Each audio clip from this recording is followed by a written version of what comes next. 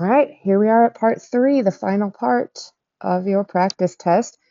Remember, there is a factor table on the back of this page if you need help knowing the factors of any of the numbers.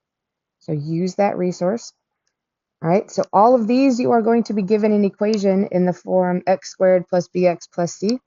And you need to find two numbers that add up to b, and that when you multiply those same two numbers, you get c.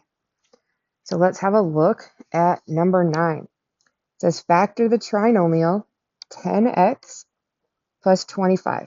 So we need to find two numbers that add up to 10 and multiply to get 25.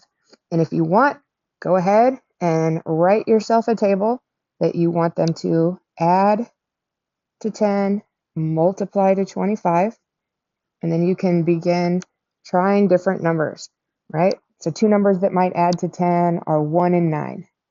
If I add 1 plus 9, I get 10. If I multiply 1 times 9, I get 9. So that one doesn't work. We could try 2 and 8. If you add 2 plus 8, you get 10, so that works. But 2 times 8 is 16, not 25. So then I try 3 plus 7. That also adds to 10, but if I multiply those, I get 21. Next, we can try 4 and 6. They also add up to 10. 4 times 6 is 24, which is close, but it doesn't meet the criteria. It doesn't multiply to 25. We can also try 5 and 5, because 5 plus 5 adds to 10, and 5 times 5 multiplies to get 25. So what two numbers add to 10 and multiply to get 25? That would be 5 and 5. Once you know what the two numbers are, you then write them in your factored form. So you set up your double parentheses. The variable is x. So you're going to have x plus 5, x plus 5 as your answer. All right, let's look at number 10. It says factor the trinomial w squared minus 5w minus 6. So we need to find two numbers that add to give us negative 5 and multiply to give us negative 6. So this one's a little bit trickier because we do have to work with negative numbers, but you can do this. All right, so two numbers that add up to get negative 5. So we also want to look at the fact that when we multiply them, they are giving us a negative number. So if we have two numbers and they're multiplied together to get a negative number, only one of them can be negative. For example, if I did negative 5 and negative 6, negative 5 and negative 1, that does add up to give us negative 6, but when I multiply them together, I have a positive 5.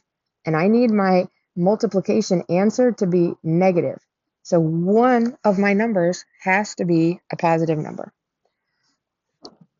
All right, so let's try a positive 1 and a negative 6. If I add positive 1 to negative 6, I would get negative 5. And if I multiplied them together, I would get negative 6. Oh, shoot, we got it right off the bat here, guys. 1 and negative 6 works. So we want to write 1 and negative 6.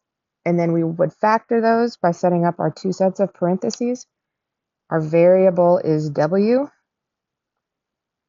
And we have one of them is going to be plus 1. The other one is going to be minus a 6. All right, let's look at number 11. It says factor x squared minus 6x plus 8. So we need two numbers that add up to negative 6 and multiply to get 8. So again, we want to watch our negative signs really closely in this one, because if they add to get negative 6 but multiply to get a positive 8, that means both of our numbers are going to be negative. So we could try, I always like to start with 1 if possible. So two numbers that would add up to negative 6 could be negative 1 and negative 5. If I add those together, I do get negative 6. And if I multiply them together, I get a positive 5. I need a positive 8, so those two won't work. So the next I could try is a negative 2 and a negative 4. If I add negative 2 plus negative 4, I get a negative 6. And if I multiply negative 2 times negative 4, I get a positive 8. So those two numbers work. Negative 2 and negative 4 add to get negative 6, multiply to get 8. Once I know what the two numbers are, I just need to set up my double parentheses. And I write x for each of them. So one of them is going to be x minus 2. The other is going to be x minus 4. Last one says factor the trinomial a squared plus 13x plus 36. So we need to find two numbers that you can add to get 13. And if you multiply them, you get 36. So both the 13 and the 36 are positive numbers. So both of our answers are going to be positive numbers. So I like to start with 1. So we could start with 1 and 12. 1 plus 12 gives us 13. 1 times 12 gives us 12. So that doesn't work. We could try 2 and 11. Those add to get 13. But if you multiply 2 times 11, you get 22. So that one doesn't work.